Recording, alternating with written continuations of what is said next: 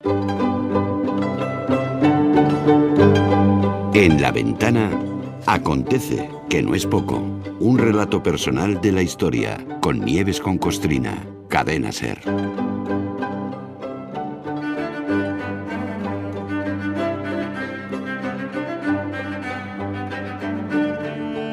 Tengo yo curiosidad, bueno, siempre la tengo, pero hoy más. Tengo yo curiosidad en una noche tan especial por ver dónde se mete Nieves. Nieves, buenas tardes, hola. Hola, buenas tardes, ¿cuánto tiempo? No te rías, porque esta es la noche de Reyes y en fin, ya nosotros a las 4 al abrir la ventana hemos hablado de ese divertido libro satírico ilustrado que se titula El Mérito. Así que, no te rías, así que yo intuyo, pero solamente intuyo, que dado que el mérito con L, o sea, el emérito, celebra hoy su cumpleaños, algo de Reyes cae. Hombre, seguro, claro. Segurísimo, ¿o no? Claro. ¿O no? Bueno. ¿Cómo no? Hoy tenemos que hablar de Reyes, sin más remedio. Sí. No de los magos y tampoco de los majos, porque no hay ninguno. Porque majos no hay ninguno. Que decía que no. Hombre, ¿cómo no íbamos a pasar por alto que hoy cumple 85 el comisionista empadronado en su paraíso de Abu Dhabi, ¿no? Oye, que no pasa nada. Desde aquí mis felicitaciones, sí, Juanca. Claro, que lo cortés no quita lo valiente. Yo le felicito sobre todo por lo bien que nos ha tangado, que lo ha hecho estupendamente, ¿no? Y para más Inri hoy, 5 de enero de 1924... A ver. Miguel de Unamuno, que por esto enlaza todo, las cosas no son casuales, Miguel de Unamuno dio la primera de las 3 conferencias republicanas contra Alfonso XIII, el abuelo del abudabense o abudabeño, o Abu Dhabi, y contra su colega, el golpista Miguel Primo de Rivera, ¿no? Porque ya sabes que es tradición en este país el colegueo entre dictadores y reyes, ¿no? Aquellas 3 conferencias, las 3 en Bilbao, llevaron al escritor Miguel de Unamuno directamente al destierro. Condenaron a destierro, sí. Y no fue para tanto lo que soltó contra el Borbón Playboy y contra el dictador Miguel Primo de Rivera, que era además un indigente intelectual que ha pasado a la historia. ¿Primo de Rivera? Sí, no. Tremendo. Ha pasado a la historia como un campechano también, un dictador blandito, una leche, dictador blandito, ¿no? Pero tú cada vez que aparezca un campechano en tu vida, tú agárrate la cartera lo primero. Eso es un campechano la cartera, ¿no? Tenemos que hablar más despacio en algún momento de una buenísima biografía de Primo de Rivera que ha salido hace solo unos meses, sí, de Alejandro Quiroga, buenísima, ¿no? Es un experto en nacionalismos y en populismos y que destapa muy bien a este pollino de Primo de Rivera, ¿no? Al campechano paternalista, que fue un tipo además sin escrúpulos y maestro de las noticias falsas. ¿También? Un maestro fue. Sí. Fue un adelantado a su tiempo, entonces. Sí. Hay mucho que contar de aquí. Bueno, pues cuando quieras. Sí, en algún momento habrá. Pero bueno, hoy vamos a las conferencias de Unamuno, como decía, las 3 en Bilbao y las 3 sobre lo mismo, era sobre el liberalismo. Uh-huh. La de hoy, la del 5 de enero, la dio en La Sociedad El Sitio, la segunda la dio tal que pasado mañana en el Círculo Socialista y la tercera la dio en el Casino Republicano al día siguiente, el 8 de enero. Sí. No sé, ¿qué diría este hombre para que un mes después lo deportaran a Fuerteventura? Hello, darkness, my old friend. I've come to talk with you again, because a vision softly creeping left its seeds while I was sleeping, and the vision that was planted in my brain still remains within the sound of silence. In restless dreams I walked alone, narrow streets of cobblestone,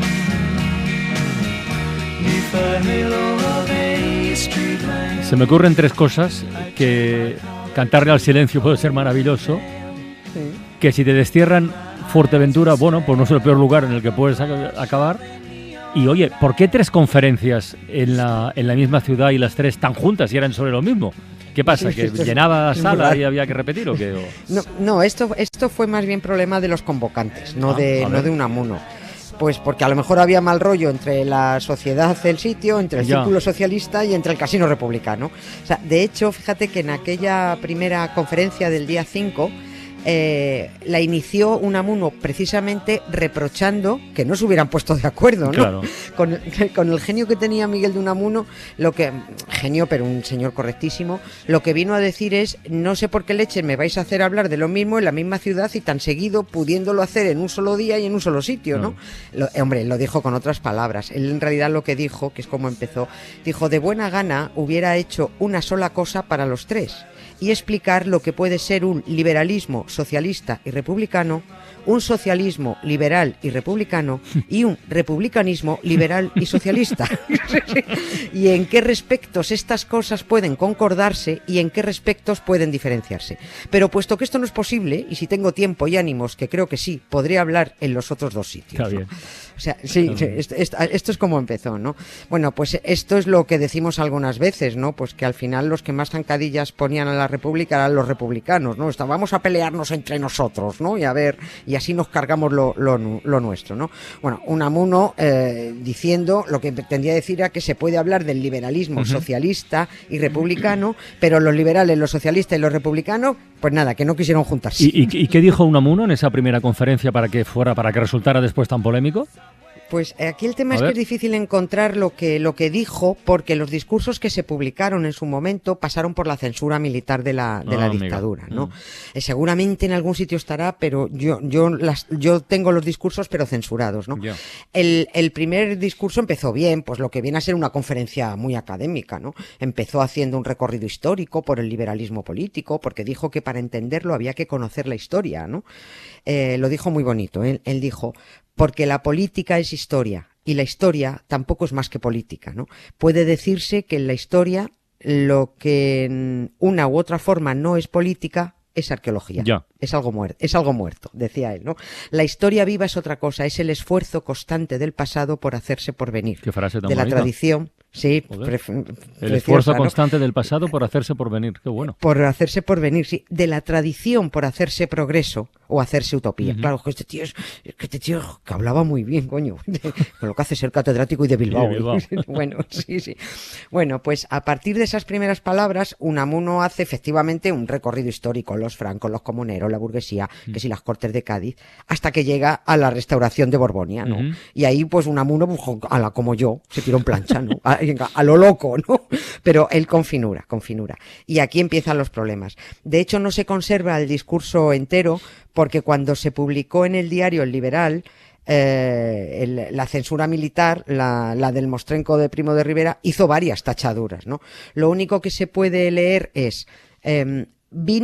estoy leyendo lo que dijo él: vino lo que se llamó la Restauración y poco después esa Constitución híbrida de 1876, llena de contradicciones íntimas, en que no se sabe bien, aquí hay algo tachado, si el rey es constitucional o es rey por la gracia de Dios. Aquí viene otra tachadura, ¿no? Y sigue: es una obra maestra de logomaquia. ¿Logomaquia? Yo aluciné, es que yo no había oído en mi vida esta palabra, ¿no? Bueno, pues logomaquia es una discusión en que se atiende a las palabras, pero no al fondo del asunto. Bueno. Sí. Bueno, pues eso es lo que le parecía a Unamuno, eso de la monarquía o rey constitucional. Palabrería superflua para no abordar lo importante. O sea, rey, monarquía, constitución, no. Un rey y una constitución son agua y aceite. Un humano que está en la jefatura del Estado solo por derecho de nacimiento, eso es lo más antidemocrático y lo más anticonstitucional que hay, hombre. Vete a la mierda. Hombre, tampoco. Deja ya de molestar. Vete a la mierda. No. Eso va por mí. Joe Crepúsculo, sí. Cuadra bien. Oye, ¿cuánto tardaron en empezar los problemas para Unamuno por esas conferencias? Porque si al cabo de un mes le desterraron, no debió pasar mucho tiempo. Pues el mismo día 5, nada más terminar la primera. ¿Sí? O sea, antes de dar las otras ya había lío. Sí. Tal que hoy estaba dándola, bueno, tal que hoy no, porque era por la tarde, ¿no? Pero tal que mañana, Día de Reyes, el capitán general de la zona, que era un esbirro de Primo de Rivera, ordenó a Unamuno y al que lo convocó, al presidente de la Sociedad Liberal, que se personaran ante él inmediatamente. Parece que pretendió echarles un sermón el militar por la conferencia dada, y que les vino a decir que mucho cuidado con lo que iba a decir en las dos siguientes. Bueno, pues Unamuno le contestó como solo él sabía contestar a reyes y militares, ¿no? Prácticamente le mandó al guano. Anda, vaya usted por ahí, me gusta decirme en la conferencia que tengo que dar, ¿no? Unamuno volvió a decir lo que quiso en las otras dos conferencias, censuraron, esta vez ya no líneas, sino varios párrafos cuando hubo que publicarlas, pero lo que ocurre, que esta es una segunda parte de la historia, es que en realidad aquellas conferencias venían a llover sobre mojado. O fueron la gota que colmó el vaso del aguante de la dictadura con Unamuno. Porque este tipo era muy valiente, sí, ¿no? Y es que ocurrió lo siguiente. Primo de Rivera, tenemos que irnos un poquito, unos meses antes de estas conferencias. Primo de Rivera, tras el golpe de Estado con el apoyo de Alfonso XIII, nunca hay que olvidar esto, que por eso se le conoce como el rey perjuro, porque juró la Constitución y luego se la saltó y la suspendió. ¿No? Claro, sí. Y la suspendió, tremendo, ¿no? Bueno, pues Primo de Rivera se obsesionó, después de dar el golpe de Estado, con un ministro de la izquierda liberal, era un político zamorano, con mucho prestigio, que se llamó Santiago Alba, ¿no? Primo de Rivera se cebó con él, pero que le puso la proa y no paraba, ¿no? Y el hombre pues tuvo que acabar largándose de España. Pero además de cebarse, soltó todo tipo de noticias falsas contra este exministro, que la prensa súbdita de la dictadura y del rey pues reproducían sin dudarlo. Toda noticia falsa, allí que la publicaban.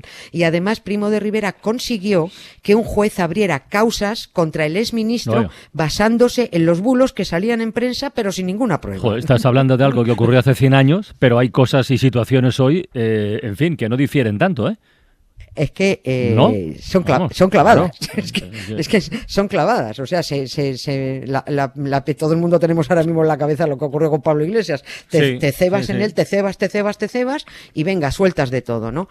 Porque, claro, eso de recoger una noticia falsa sabiendo que es falsa y decir eso de burdo, pero voy con ello, como dijo Ferreras, pues eso ya lo inventó Primo de Rivera con sus periodistas a sueldo, ¿no?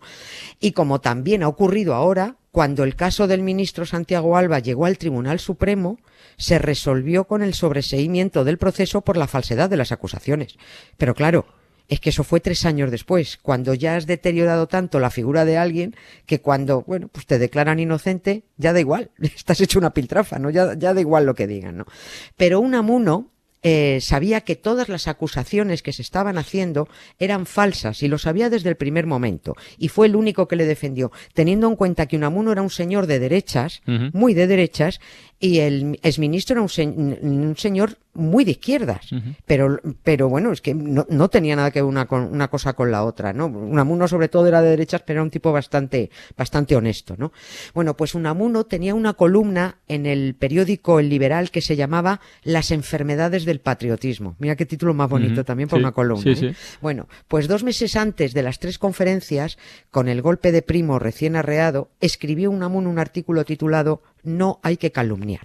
Y ahí en ese artículo defendía que todo lo que se estaba diciendo contra el exministro Alba era mentira y que además los medios de comunicación no le permitían defenderse. Y bueno, ahí fue cuando Primo también se la juró a Unamuno. Y la condena fue desterrar a Fuerteventura, ¿no?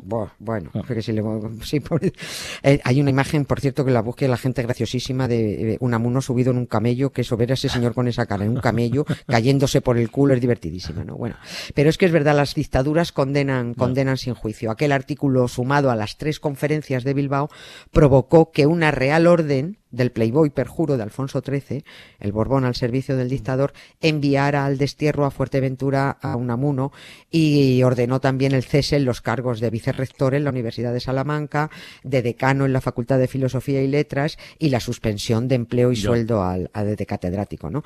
Pero bueno, esta también ya es otra historia. Como dijo alguien en defensa de Unamuno en aquel 1924, tenemos el presentimiento de que Primo de Rivera será el último gobernante de la infamante monarquía española.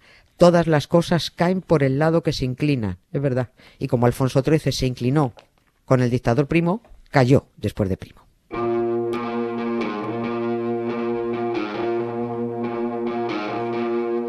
Yo no cantaba pa' que me escuchara.